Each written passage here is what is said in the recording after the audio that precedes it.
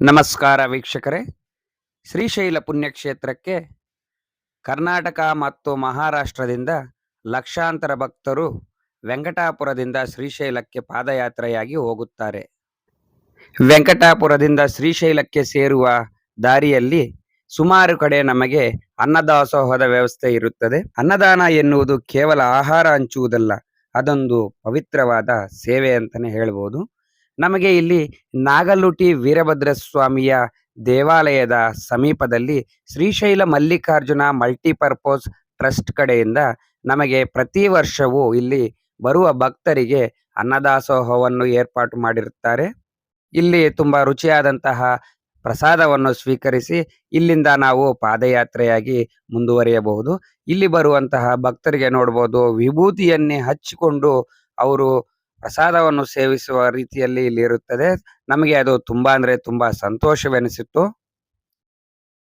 ಯುಗಾದಿಯ ಸಮಯದಲ್ಲಿ 9 ದಿನಗಳ ಕಾಲ ನಿರಂತರವಾಗಿ 24 ಗಂಟೆಗಳು ನಮಗೆ ಇಲ್ಲಿ ಬರುವ ಭಕ್ತರಿಗೆ ಉಚಿತವಾಗಿ ಅನ್ನದಾಸೋಹವನ್ನು ಮಾಡಲಾಗುತ್ತದೆ. ನೋಡಿ, ಇಲ್ಲಿ ಅನ್ನದಾಸೋಹಕ್ಕೆ ಆಹಾರವನ್ನು ರೆಡಿ ಮಾಡ್ತಾ ಇದ್ದಾರೆ. ಇಲ್ಲಿ ನಮಗೆ ಒಂದು ನೀರಿನ ಕೊಳ ಕೂಡ ಸಿಗುತ್ತೆ.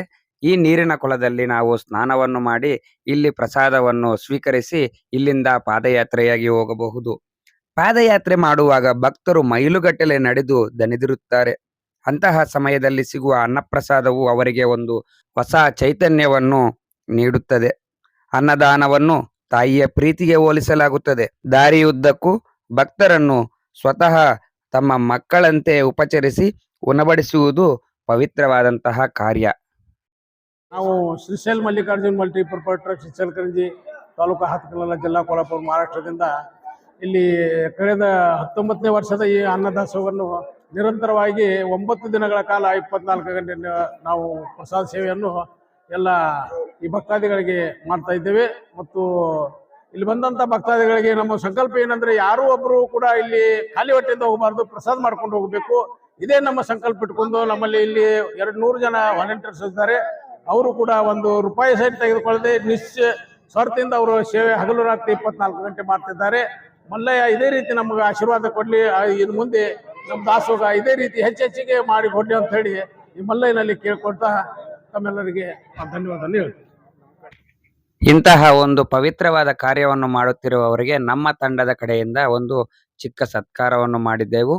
ಮತ್ತೆ ಈ ಒಂದು ತಂಡದವರು ನಮಗೆ ಪಾದಯಾತ್ರೆಯಾಗಿ ಹೋಗುವಂತಹ ಭಕ್ತರಿಗೋಸ್ಕರ ಒಂದು ಪುಸ್ತಕವನ್ನು ಸಹ ಬಿಡುಗಡೆ ಮಾಡಿದ್ದಾರೆ. ಈ ಪುಸ್ತಕದಲ್ಲಿ ವೆಂಕಟಾಪುರದಿಂದ ಶ್ರೀಶೈಲಕ್ಕೆ ಸೇರುವವರೆಗೂ ನಮಗೆ ದಾರಿ ಉದ್ದಕ್ಕೂ ಬರುವಂತಹ ದೇವಾಲಯಗಳು ಹಾಗೂ ತಂಗುದಾಣಗಳನ್ನು ಆ ಪುಸ್ತಕದಲ್ಲಿ ನಮಗೆ ವಿವರವಾಗಿ ಸೇರಿಸಲಾಗಿದೆ. ವೀಕ್ಷಕರೇ, ಈ ಕಾಡಿನಲ್ಲಿ ಪಾದಯಾತ್ರೆಯಾಗಿ ಹೋಗುವುದು ತುಂಬಾ ಕಷ್ಟನೇ ಅಂತ ಹೇಳ್ಬೋದು. ಆದರೆ ಕೂಡ ನಮಗೆ ಇಲ್ಲಿಯವರೆಗೂ ಅನ್ನಪ್ರಸಾದಕ್ಕೆ ಬೇಕಾಗುವಂತಹ ಎಲ್ಲಾ ಪದಾರ್ಥಗಳನ್ನು ಇಲ್ಲಿಗೆ ತಗೊಂಡು ಬಂದು ಇಲ್ಲಿ ಅನ್ನಪ್ರಸಾದವನ್ನು ಮಾಡ್ತಾ ಇರ್ತಾರೆ. ಇಂತಹ ಒಂದು ಪ್ರದೇಶದಲ್ಲಿ ದಯವಿಟ್ಟು ಅನ್ನಪ್ರಸಾದವನ್ನು ಮಾತ್ರ ವೇಸ್ಟ್ ಮಾಡಬೇಡಿ.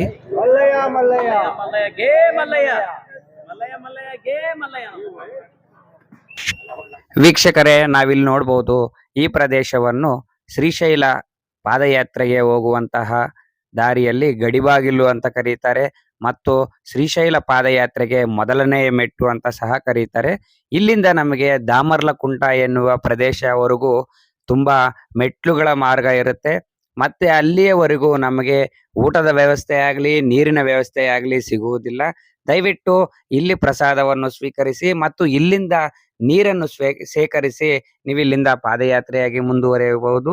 ಮತ್ತು ನೀವು ಯಾವುದೇ ರೀತಿಯಾದಂತಹ ಪ್ಲಾಸ್ಟಿಕ್ ವ್ಯರ್ಥಗಳನ್ನು ತಗೊಂಡು ಬಂದಿದ್ರೆ ದಯವಿಟ್ಟು ಈ ಪ್ರದೇಶದಲ್ಲಿ ನಿಮಗೆ ಡಸ್ಟ್ಬಿನ್ಗಳಿರುತ್ತೆ. ಈ ಪ್ರದೇಶದಲ್ಲಿ ಆ ಪ್ಲಾಸ್ಟಿಕ್ ವ್ಯರ್ಥಗಳನ್ನ ಹಾಕಿ ಇಲ್ಲಿಂದ ಮುಂದುವರಿಯಿರಿ. ಯಾಕಂದ್ರೆ ಕಾಡಿನಲ್ಲಿ ಎಲ್ಲಂದ್ರೆ ಅಲ್ಲಿ ಪ್ಲಾಸ್ಟಿಕ್ ವ್ಯರ್ಥಗಳನ್ನ ಬಿಸಾಕಬೇಡಿ. ಪ್ರಸಾದವನ್ನು ಸ್ವೀಕರಿಸಿ ಒಂದು ಸ್ವಲ್ಪ ಹೊತ್ತು ಇಲ್ಲಿ ನೀವು ರೆಸ್ಟ್ ತಗೊಂಡು ಇಲ್ಲಿಂದ ನಿಮ್ಮ ಪಾದಯಾತ್ರೆಯನ್ನು ಮುಂದುವರಿಸಿ. ಯಾಕಂದ್ರೆ ಇಲ್ಲಿಂದ ನಮಗೆ ಸುಮಾರು ಕಿಲೋಮೀಟರ್ಗಳು ಮೆಟ್ಲುಗಳೇ ಇರುತ್ತೆ. ಹಾಗಾಗಿ ಪ್ರಸಾದವನ್ನು ಸ್ವೀಕರಿಸಿದ ನಂತರವೇ ನೀವು ನಡೆಯುವುದು ತುಂಬಾ ಅಂದ್ರೆ ಕಷ್ಟ ಅನ್ಸುತ್ತೆ. ಕೊನೆಯದಾಗಿ ಇಲ್ಲಿ ಪಾದಯಾತ್ರೆಯನ್ನು ಮಾಡುವಂತಹ ಎಲ್ಲ ಭಕ್ತರಿಗೂ ಒಳ್ಳೆಯದಾಗಲಿ.